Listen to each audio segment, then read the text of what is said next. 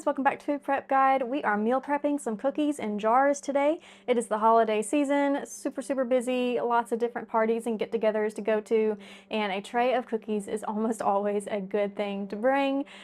So we are going to be meal prepping three cookie recipes in jars. I'm going to be doing 3 jars per recipe for a total of 9 jars up on my shelf that will allow me to bake a tray of cookies within 5 minutes. Of course, they take between 10 to 12 minutes to bake, but it will take 5 minutes or less to prep if you have these kind of jar starters on your shelves. Okay, let's go ahead and get started. Welcome to Food Prep Guide. My name is Jordan. I'm a homeschooling mom to 3, living on 3 beautiful acres with my wonderful husband. A health crisis forced our family to change the way we think about food. Unfortunately, it also put us in financial hardship. Thankfully, the solution to both challenges was the same: to live off the land as much as possible.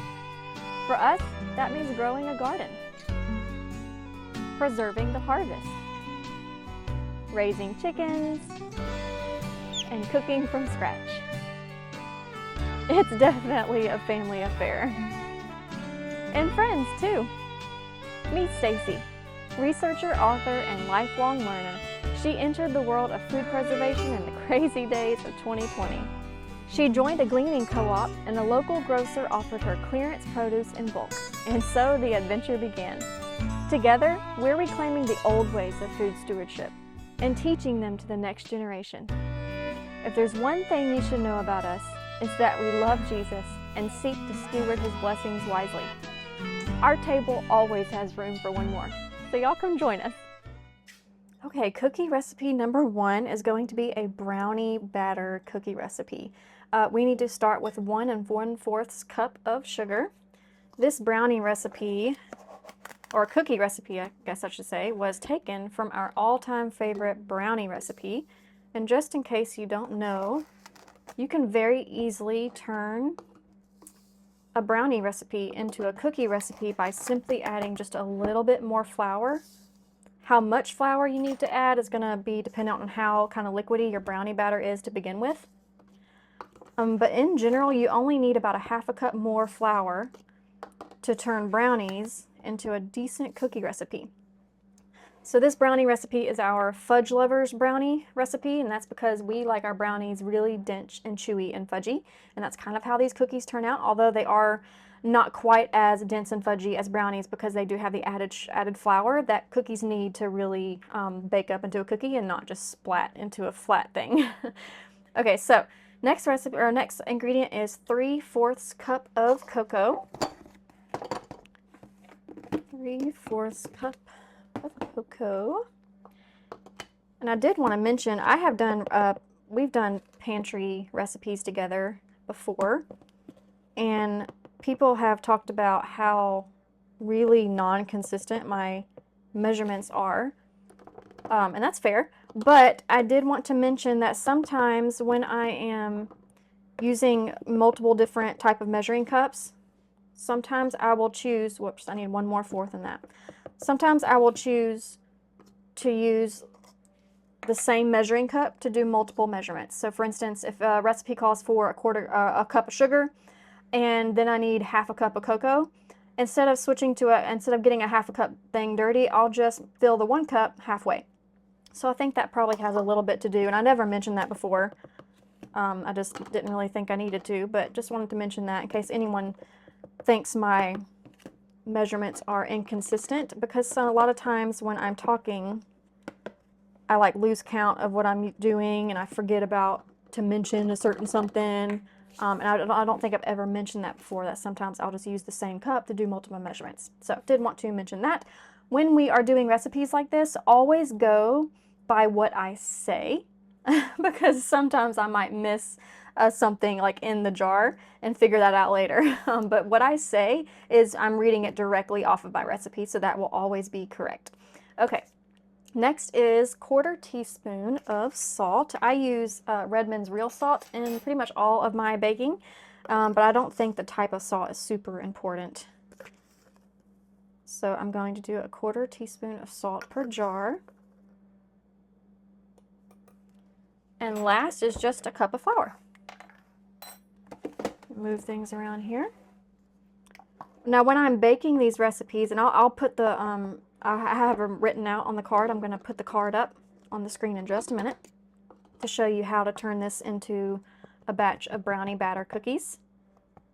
But when I am baking them, sometimes I will sprinkle in some chocolate chips when I'm doing the cookies. And sometimes I don't. It just depends on if you want them like double chocolate. Do you like chocolate chips in your cookies, or would you prefer to just have the fudgy kind of brownie consistency? But if I do cookies or chocolate chips, I should say, it's between half a cup and a cup per jar. So here's that, and here's how to turn this jar into brownie batter cookies. I was thinking that this might help for some of you who are writing it down. You could just pause the video and write this down versus having to try to write as fast as I speak. So we're going to get 10 tablespoons of butter softened, 1 teaspoon of vanilla extract, and 2 cold eggs. And I do recommend making sure those eggs are cold. I don't know what it is, but it really helps. It really helps these cookies not, well, it helps them keep their form, I should say.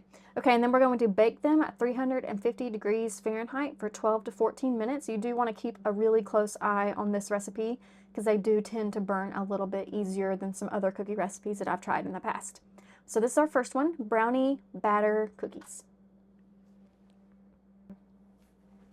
Next recipe is our sea salt chocolate chip cookies, and these are the cookies that everyone requests at family get-togethers, especially on my husband's side of the family.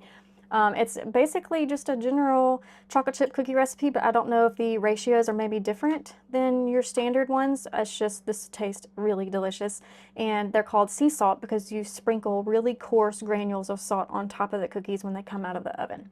So for starters, we're going to start with 1 1/4 cup of flour.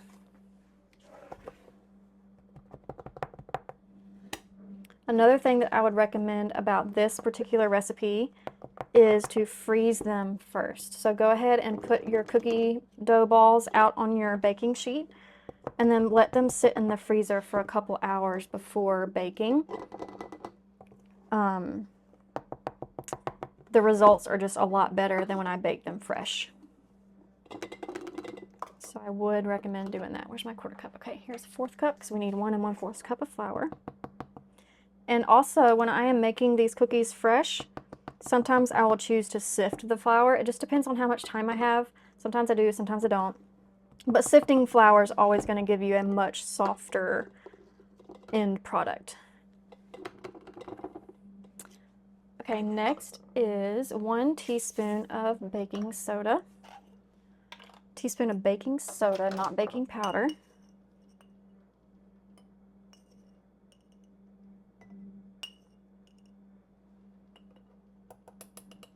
And next is 1/2 cup of brown sugar. I just made this up this morning, but I will say that lately I have been out of brown sugar. I just made it this morning so that I could film this video and have some brown sugar ready to go. But since I've been out, I have been just putting in an extra 1/2 cup of sugar for the brown sugar and then just adding a tablespoon or so of molasses. And I am telling you, they are so good with that fresh molasses. This is made with just sugar and molasses too. That's all brown sugar is.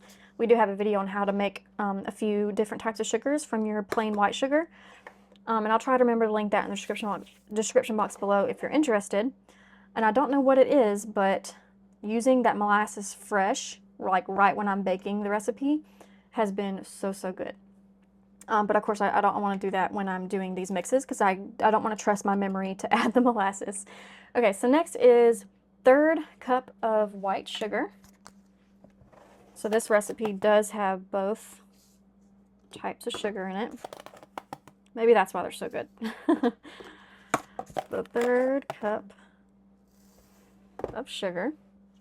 And then we need our chocolate chips, and I'm going to average about a cup of chocolate chips.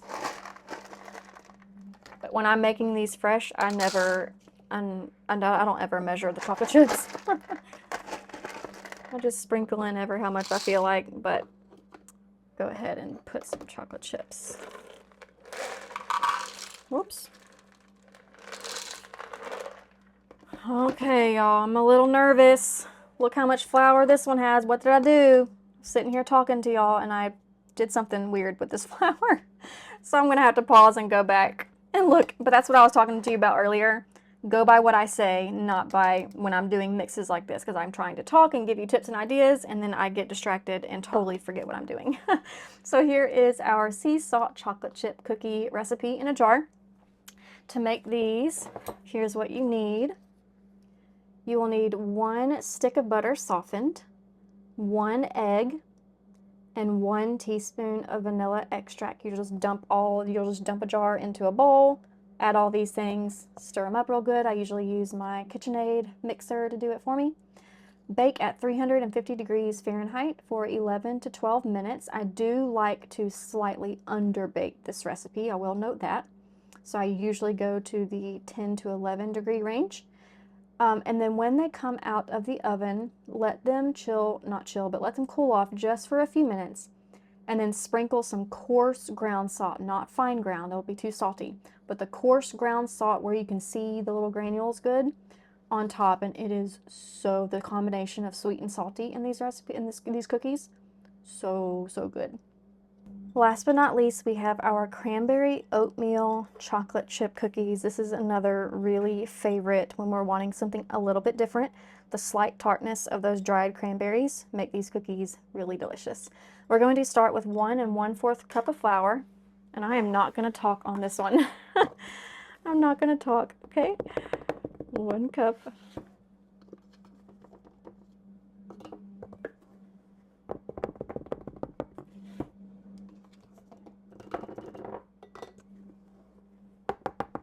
I think I may have put 2 cups into that jar.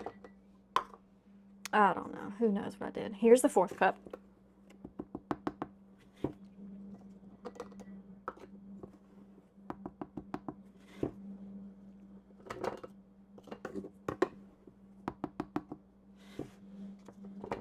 Okay. Next, we need a teaspoon of baking soda.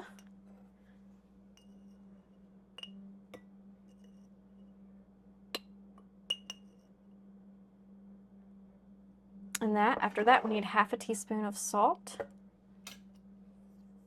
1/2 teaspoon salt.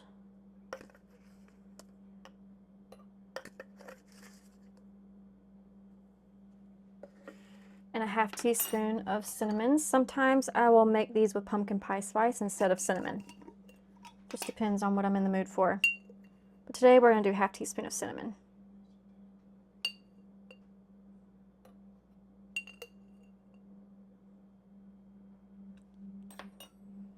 And then 3/4 cup of brown sugar.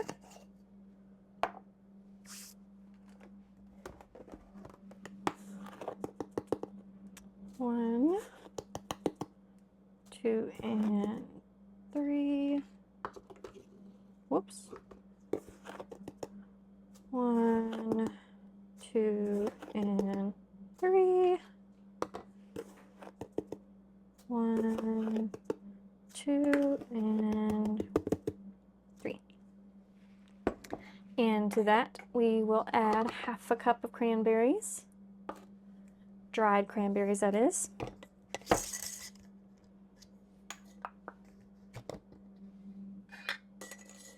Half a cup.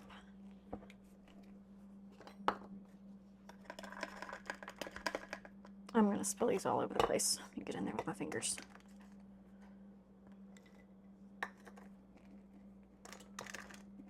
I have stopped vacuum sealing my cranberries. They just get too sticky together. They just clump together too bad. They're also really high moisture, so technically it's probably best not to vacuum seal them anyway. So in case anyone stores dried cranberries long term, I do recommend not vacuum sealing your dried cranberries.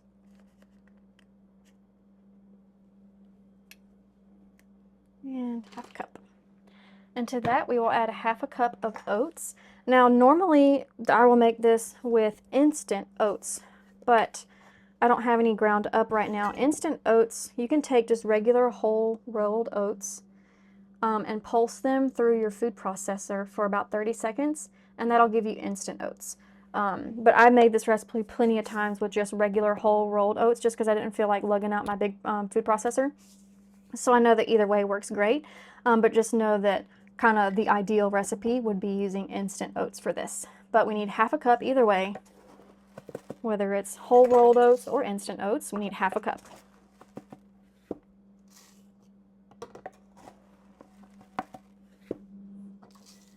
Then we're going to follow that with a cup of chocolate chips, and actually I'm just going to take chocolate chips that I have left in this box and kind of sprinkle them evenly. You know, of course, when it comes to chocolate chips, it's just whatever you kind of feel like. It doesn't have to be exact. So I'm just dividing what I have left into each jar. And that is our cranberry oatmeal chocolate chip. This is the prettiest jar, in my opinion, out of all the recipes. So if you were wanting to gift something to someone, a homemade treat, these are excellent Christmas gifts. I have done that myself many times. So to make this recipe, here's what you need. 2/3 cup of butter softened, 1 egg, and 1 teaspoon of vanilla. Then we're going to bake at 350 degrees for about 12 minutes. And that is it. I hope y'all try these. I hope you love them as much as we do. And they make really cute Christmas presents, especially if you just put a little tag or a little index card with how to make them. Use some twine, wrap it around. Excellent Christmas gift. Okay, y'all, that's all for today, and we'll see you next time. Bye.